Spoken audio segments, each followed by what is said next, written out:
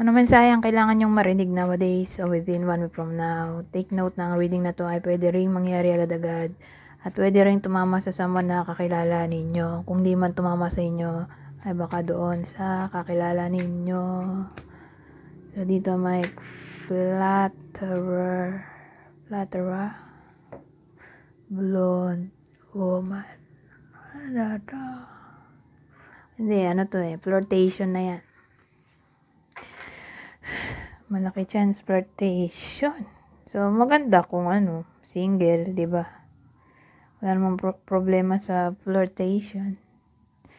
Pero magkakaproblema lang kung in a relationship na, di ba? Doon siya magiging negative.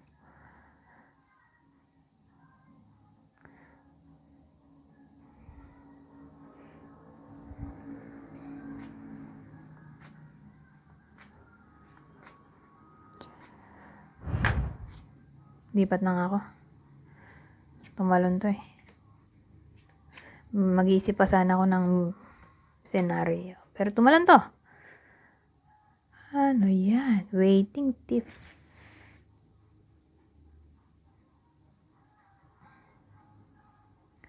Waiting tip. Ano yun? Naghihintay. Nalokohin. Waiting tip. Ano yan? Pwede rin ganito. No contact to. May nagloko sa connection nila. Separated na sila due to deception. O ewan ko kung anong klaseng reason. Pero mukhang separated na sila. No contact ghosting siguro to. So, kung sino man yung iniwan, ayan, naghihintay na bumalik yung nang iwan sa kanya. OMG.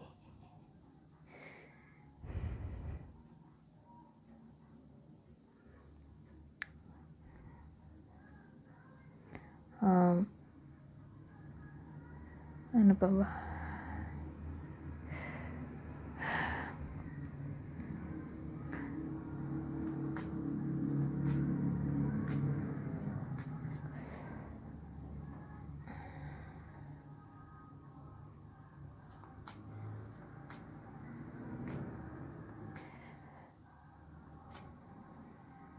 Wala nang may tip.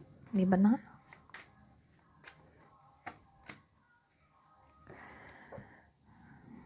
Ito ang gray woman. Sa sobrang galit.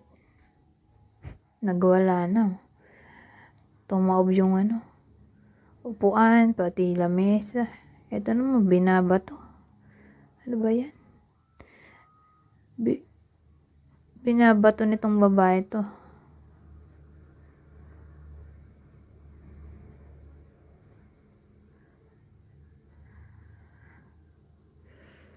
Ang pangit ng mga picture, di ba?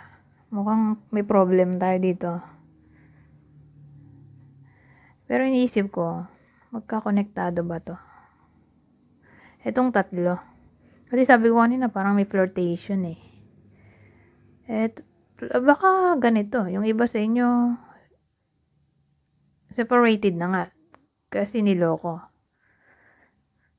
Itong dalawa, niloko.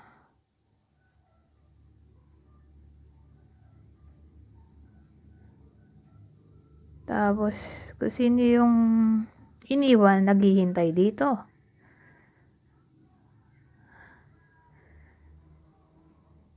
Pero galit din siya at the same time dahil niloko nga siya.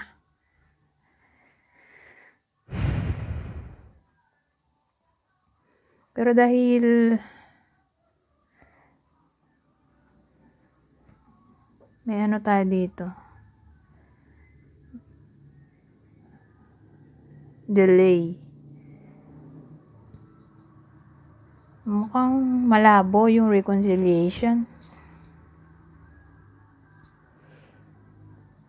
Malabo magbalik. Yung nagloko na yon.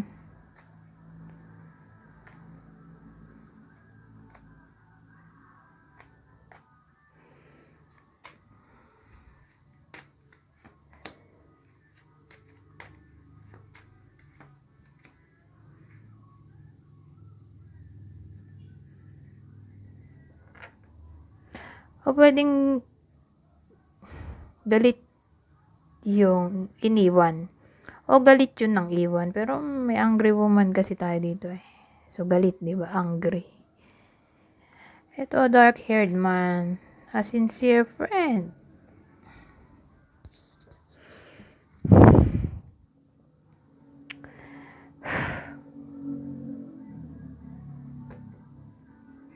Iniisip ko kung kadugtong pa rin, karugtong pa rin ba ito doon sa mga nauna na cards.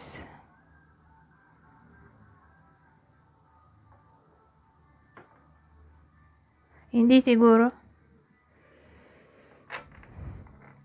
Kasi ang dating dito sa dalawang card na to, maganda yung meaning. Kasi di siya negative. Ibig sabihin,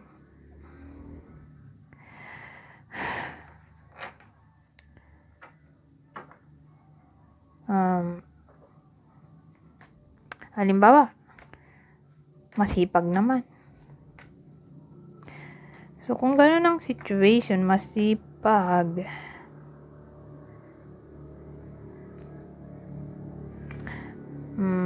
madali siya makaka-attract ng friends.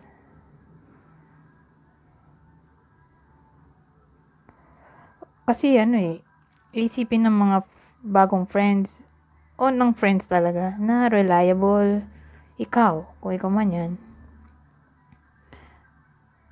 O feeling nila, sincere friend ka yan.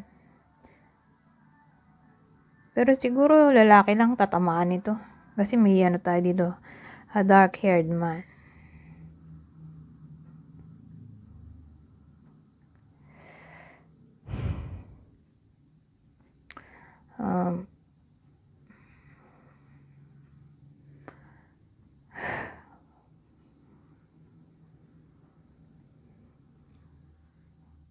Reliable, helpful,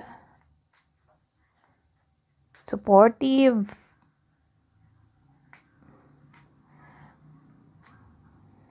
Wala nang maisip eh. Ito, last na to. Oh!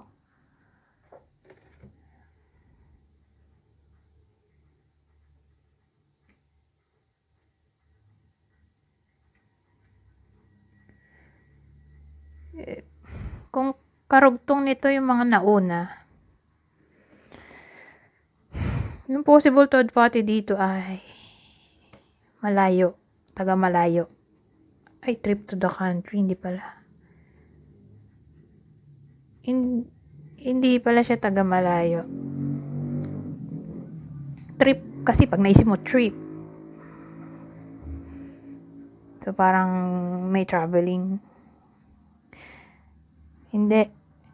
Traveling, pero short distance lang siguro. Yung third party, kapitbahay lang siguro. O taga-barangay, taga-city lang. Sorry, yung same city, same barangay. O kapitbahay to.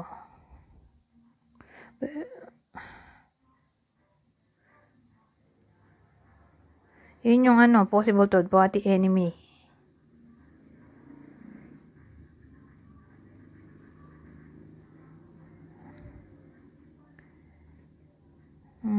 Whether alam nyo to o hindi. O pwedeng close friend. My goodness. Sabagay, nangyayari talaga din yan. Nangyayari rin talaga sa totoong buhay na ang possible third party ay kapatid, kamag-anak, kaibigan, best friend, ka-workmate. Pero ang dating kasi dito, yung iba sa inyo, kundi kapitbahay nakakilala, ay someone na pinagkatiwalaan na ibebetray ang trust. Yun yung possible third party dito.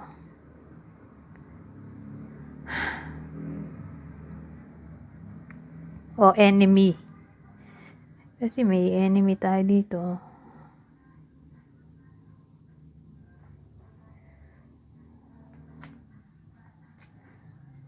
Anyways, hanggang dito na lang. Goodbye po na.